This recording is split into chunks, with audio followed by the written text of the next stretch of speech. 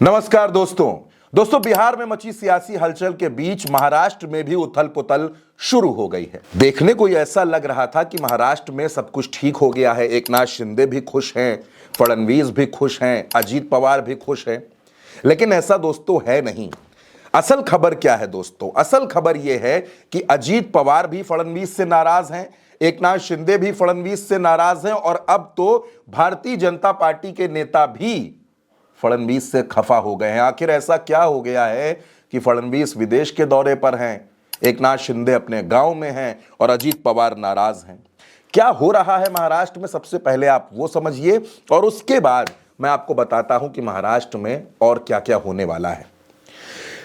दोस्तों, हर राज्य में जब सरकार बनती है तो उस सरकार में जब मंत्रिपरिषद का, मंत्रिमंडल का गठन हो जाता है, उसके बाद जिलों की जिम्मेदारी दी जाती है मंत्रियों को।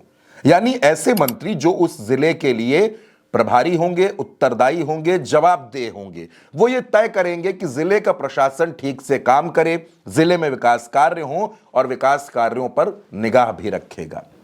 अगर आप उत्तर प्रदेश की बात करें तो यहां ऐसे मंत्रियों को प्रभारी मंत्री कहा जाता है, जबकि महाराष्ट्र में इन मंत्रियों को पालक मंत्री कहा जाता है।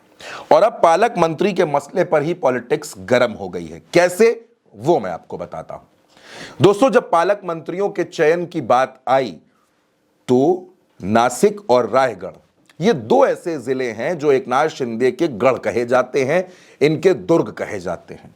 जाहिर सी बात है, एकनाथ शिंदे चाहते थे कि इन जिलों में उनके कोटे के मंत्री, यानी उनकी पार्टी से जो मंत्री बने हैं, उनको पालक मंत्री बनाया जाए। लेकिन होता क्या है दोस्तों? होता यह है कि रायगढ़ में देवेंद्र फडणवीस पालक मंत्री बना देते हैं अदिति तटकरे को। अदिति तटकरे कौन है? अजीत पवार की पार्टी की नेता है, मंत्री हैं। और नासिक में भारतीय जनता पार्टी के विधायक को, भारतीय जनता पार्टी कोटे के मंत्री को पालक मंत्री बना दिया जाता है। अब इस बात पर एकनाथ शिंदे हो गए नाराज। दोस्तों, क्या हुआ महाराष्ट्र में?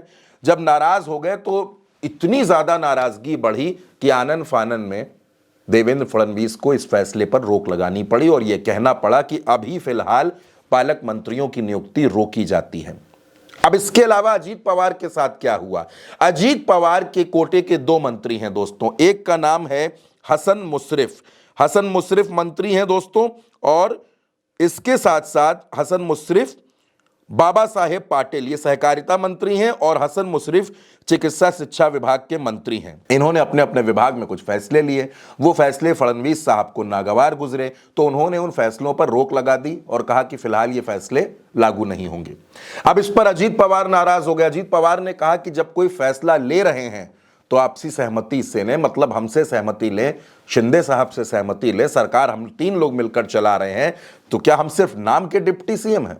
अजीत पवार और शिंदे क्या नाम के डिप्टी सीएम हैं? फडणवीस ही सारे फैसले लेंगे। अब इधर जब फडणवीस ने एक तो यहां फैसलों पर रोक लगा दी, दूसरा उधर वो जो फैसला उन्होंने लिया था पालक मंत्री वाला, उस पर भी रोक लगा दी। अब उससे भारतीय जनता पार्टी के नेता भी नाराज हो गए कि भाई पालक मंत्री हम बनाए गए थे तो इस पर रोक क्यों लगाई गई? वो भी फडणवीस के खिलाफ तलवारें खींच रहे हैं। और इन सब के बीच देवेंद्र फडणवीस विदेश के दौरे पर, एकनाथ शिंदे अपने गांव चले गए। तो क्या महाराष्ट्र के अंदर महायुति में सब कुछ ठीक नहीं चल रहा है? महायुति में नाराजगी, महायुति में तनातनी बनी हुई है।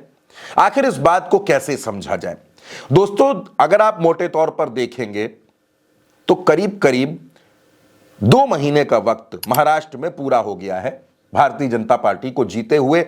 और अगर मुख्यमंत्री के कार्यकाल को आप देखेंगे तो देवेंद्र फडणवीस के कार्यकाल को भी तकरीबन पौने 2 महीने हो गए हैं। 5 फरवरी को उनके 2 महीने पूरे हो जाएंगे।